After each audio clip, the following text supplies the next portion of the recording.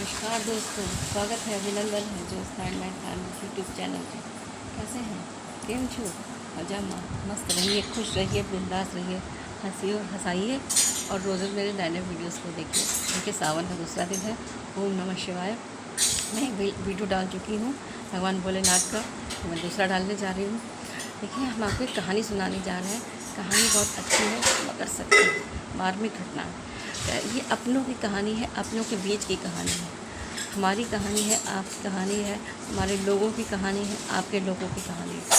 हमारा वीडियो पर डालने का मतलब उद्देश्य सिर्फ ये होता है कि हम आपको अच्छी अच्छी ढूंढ ढूंढ के कहानियाँ लाते हैं, जो आपकी कहानियाँ, आपके लोगों की कहानियाँ, आपके लोगों की घटनाएँ हम दुनिया को दिखाएं, दुनिया को बताएं कि कैसे कैसे देश में, कैसे कैसे समाज में घटित हो रहा है। क्या है, हम दुनिया से लड़ लेते हैं, अपनी औलादों से नहीं लड़ पाते। ऐसे ही हम आपको एक सच्ची घटना सुनाने जा रहे हैं। घटना बहुत अच्छी है मगर सच्ची है, एक मार्मिक है। बशीर मियाँ नाम के एक व्यापारी था। बहुत छोटा सा व्यापारी था, ठेला लगाता था फलों का। सीजनल ठेला लगता था, कभी आम का तो कभी केले का, कभी अमरूद का, कभी संतरे का। मियाँ बीवी थी, एक छोटा सा लड़का था। सारी उम्मीदें, सारी अरमान, सारी जीवन की पूरी जमा पूंजी अपने लड़के पे थी, क्योंकि जब लड़का पैदा हुआ, अल्लाह का फजल है, अल्लाह का करम है, हमको अल्लाह मियाँ ने लड़का दिया। ये लड़का हमारा बड़ा हो जाएगा, पढ़ेगा लिखेगा है। आज हम ठेला लगाते हैं, ये हमारा ठेला लगाना छुड़वा देगा। खैर, ऐसे करते करते समय बीतता चला गया, बहुत समय बीत गया। लड़का बड़ा हो गया, पढ़ने लगा। पढ़ते पढ़ते लड़का और बड़ा हुआ। और सारी बशीर मियाँ इतनी सीधे थे, इतने सरल स्वभाव के थे। उन्होंने कोई फैशन, कोई समाज की जो चीज़ें चलती हैं, उन्होंने कोई चीज़ नहीं अपनाई। एक ही दो कपड़ों में अपना जीवन यापन किया। और वैसे ही उनकी पत्नी, वो भी बहुत सीधी सरल स्वभाव की थी।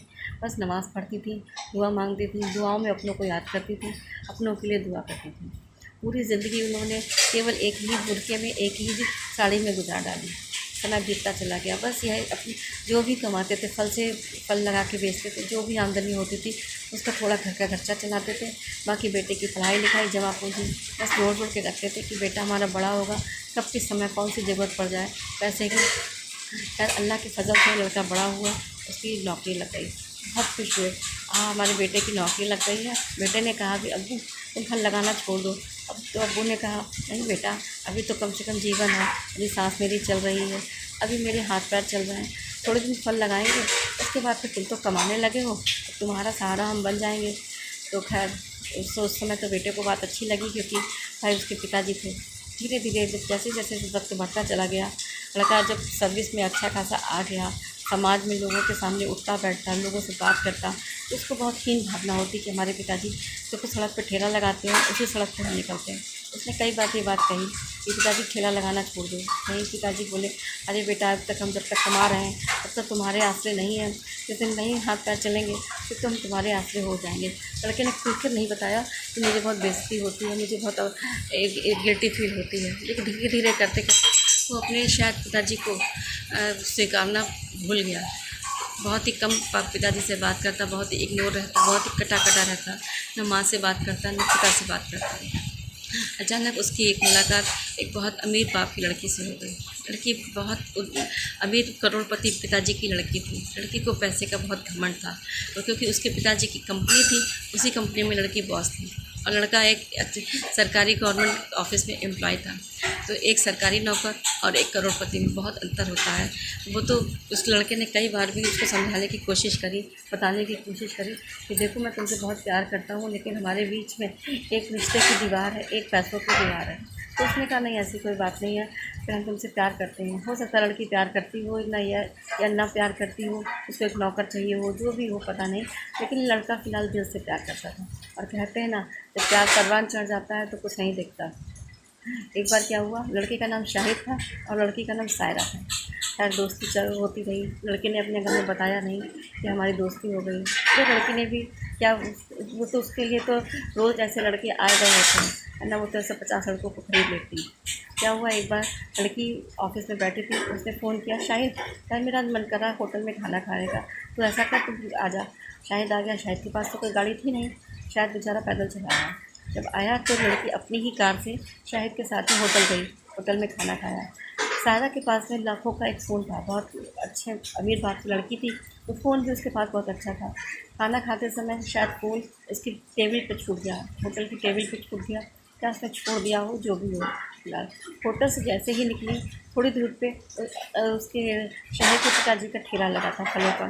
शाहिद ने दूर से देखा, अरे पिताजी का ठेला लगा है, यहाँ से निकलेंगे तो हो सकता अब्बू मुझे चिल्ला दे कि शाहिद शाहिद, इसलिए यहाँ से नहीं निकलेंगे। वो थोड़ा कट के निकल गया। तो सायरा बोली, अरे बस शाहिद चलो फल खरीदते हैं। तो शाहिद तो जानता था कि फल का ठेला मेरे पिताजी का लगा है। तो शाहिद ने कहा, जाओ जाओ सायरा, तुम खरीद लाओ जाके, मैं नहीं जाऊँगा, मैं यहाँ पे खड़ा हूँ। सायरा गई। सायरा फल खरीद रही थी, अचानक उसका ध्यान फ़ोन पे आ गया। तो उसने कहा, ए बुड्ढे, तुमने मेरा फ़ोन देखा है? तो यहाँ पे रखा था। तो वो जो बशीर मियाँ थे बोले, नहीं बेटा, हमने तो कोई फ़ोन नहीं देखा, तुम तो यहाँ फल खरीद रही थी। तो उसने कहा, दोबारा कहा, बुड्ढे सही से बता दो, मैं अभी फल लेने आई थी, वैसे मेरा फ़ोन खो गया, तूने ले लिया होगा। तो बशीर मियाँ ने कहा, नहीं बेटा, हमने तो जीवन में कभी फ़ोन ख़रीदा ही नहीं।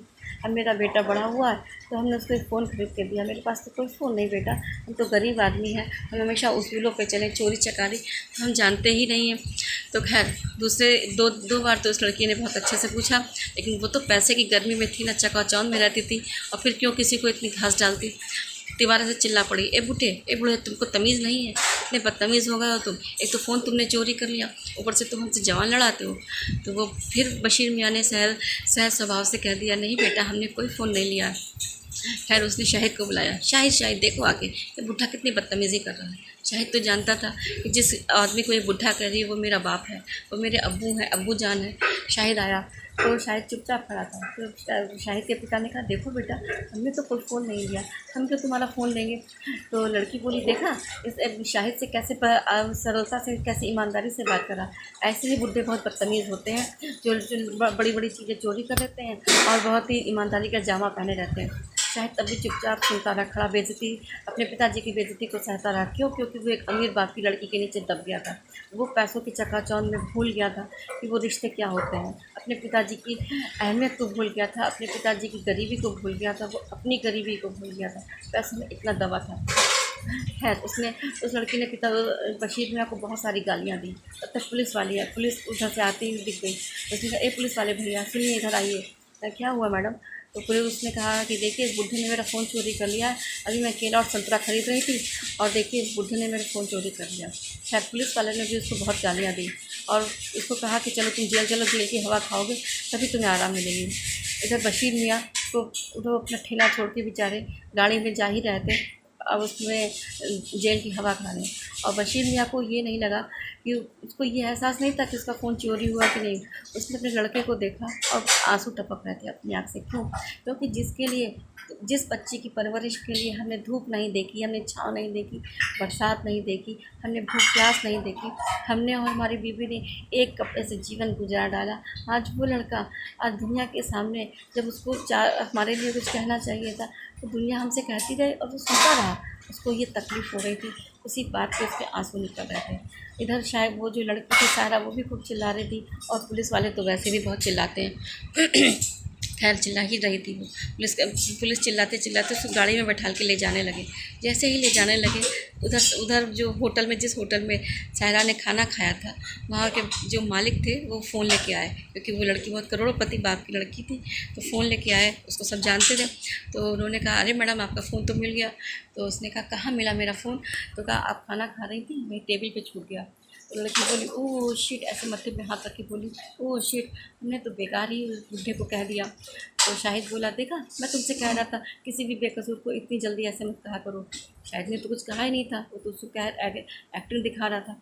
तो शाहिद बोला, ऐसा है, मैं जा रहा हूँ पुलिस स्टेशन और उसको छुड़ा लाऊंगा। तभी नहीं कहा कि मेरा बाप है, मेरा अब्बू जान है। तो लड़की बोली, मैं भी चलती हूँ तुम्हारे साथ। खैर दोनों लोग गए। वहाँ गए तो देखा जेल के अंदर पिताजी बैठे थे, अब्बू जान थे और जेल के बाहर लड़का खड़ा था। अब्बू अब्बू प्लीज़ मुझे माफ़ कर दो, अब्बू जान मुझे माफ़ कर दो। अब्बू बोली, बेटा आप किस बात की माफ़ी, तुमने तो कोई गलती ही नहीं करी। नहीं अब्बू मुझे माफ़ कर दो, मैं तो पता मैं चकाचौंध में, दुनिया की रंगत में, मैं पैसों में इतना खो गया, मैं उस लड़की के सामने खो गया, मैं चंद दिनों की दोस्ती में अपने माँ बाप का प्यार भूल गया। अब्बू मुझे माफ़ कर दो। तो अब्बू बोले, अब बेटा मैं जी के भी क्या करूँगा, जब इतनी बेइज्जती, इतना अपमान मेरे साथ हो गया और तुमने मेरा, लोग इतना अपमान करते रहे और तुम सहते रहे, तुमने कुछ नहीं कहा, तो बेटा अब हम जी के क्या करेंगे। कि माँ का ध्यान रखना। नहीं अब्बू, जिन लोगों के सामने हमने तुम्हारी बेइज्जती सही है, तुम्हारी बेइज्जती हो रही थी, मैं चुपचाप सहता रहा, और उन्हीं के सामने बताऊँगा मैं कि मैं फल वाले का बेटा हूँ। अब्बू प्लीज़ मुझे माफ़ कर दो। सब लड़की सुन रही थी, लेकिन शायद अब बहुत देर हो गई थी, क्योंकि अब्बू तो बैठे बैठे गुजर गए। अब्बू ने ये बात कही, बेटा हम जी के क्या करेंगे, और अब्बू गुजर गए। कहते हैं ना कि अब क्या, अब शायद चिल्ला रहा था, अब्बू जान तुम लौट आओ, अब्बू जान हमसे गलती हो गई है। वो लड़के से गलती हो जाती है, लेकिन बाप से गलती नहीं होती है। अब्बू जान मुझे माफ़ कर दो। अब्बू जान तो बैठे बैठे सो गए थे। अब्बू जान तो अल्लाह मियाँ को प्यारे हो गए थे। अब्बू जान को ये झटका, ये सदमा, ये आघात इतनी तेज़ से लगा था, क्योंकि जो इंसान उसूलों पे चलता है, ईमानदारी पे चलता है, जीवन भर सत्यता और ईमानदारी करता है, उसके साथ कभी बुरा होता है तो शायद वो बर्दाश्त नहीं कर पाता है। उसे अपने सारा जीवन अपनी गरीबी से गुजार दिया, सिर्फ एक आस में कि बेटा हमारा बड़ा होगा, बेटा हमारा सर्विस करेगा तो हमारा ठेला लगवाना छुड़वा देगा, हमारी गरीबी को एक अमीरी की चादर से ओढ़ लेगा। शायद ऐसा ही हुआ। बेटे को अमीरी की चकाचौंध ने, बेटे को समाज की लोगों की चकाचौंध ने इतना उसके ऊपर हावी कर दिया कि बेटा अपने ही रिश्ते को भूल गया। तो मेरा वीडियो आपको सिर्फ आपकी कहानियों को दुनिया तक, लोगों तक पहुंचाना होता है, जो नहीं सुनते हैं, जो नहीं देखते हैं, और जो आप देखते हैं तो आप उनको एटलीस्ट बता सकते हैं कि देखिए ऐसी ऐसी कहानियाँ वो दिखाती हैं, वो बताती हैं, वो सुनाती हैं, या ऐसा जीवन में घटित हो रहा है। हम आंखें खोल के देख सकते हैं, हम दिल खोल के देख सकते हैं, हमसे जो मदद हो सकती है हम इन लोगों के लिए कर सकते हैं, है ना। तो बस आप मेरे वीडियो को देखते रहिए, और पसंद आए तो लाइक ज़रूर कीजिएगा, क्योंकि व्यूअर्स बहुत हो जाते हैं, प्लीज़ लाइक नहीं होते। लाइक का जो ऐसा बटन है प्लीज़ ज़रूर करिए। आजकल सावन चल रहे हैं, अच्छा करिए। जो आप करेंगे तो यूनिवर्स में लौट के आपके पास भी आएगा। आप हमको लाइक करेंगे, भगवान आपको लाइक करेगा। आपको मेरा वीडियो पसंद आए, लाइक शेयर कमेंट ज़रूर कीजिएगा। कमेंट में ओम नमः शिवाय लिखिएगा। ओम नमः शिवाय।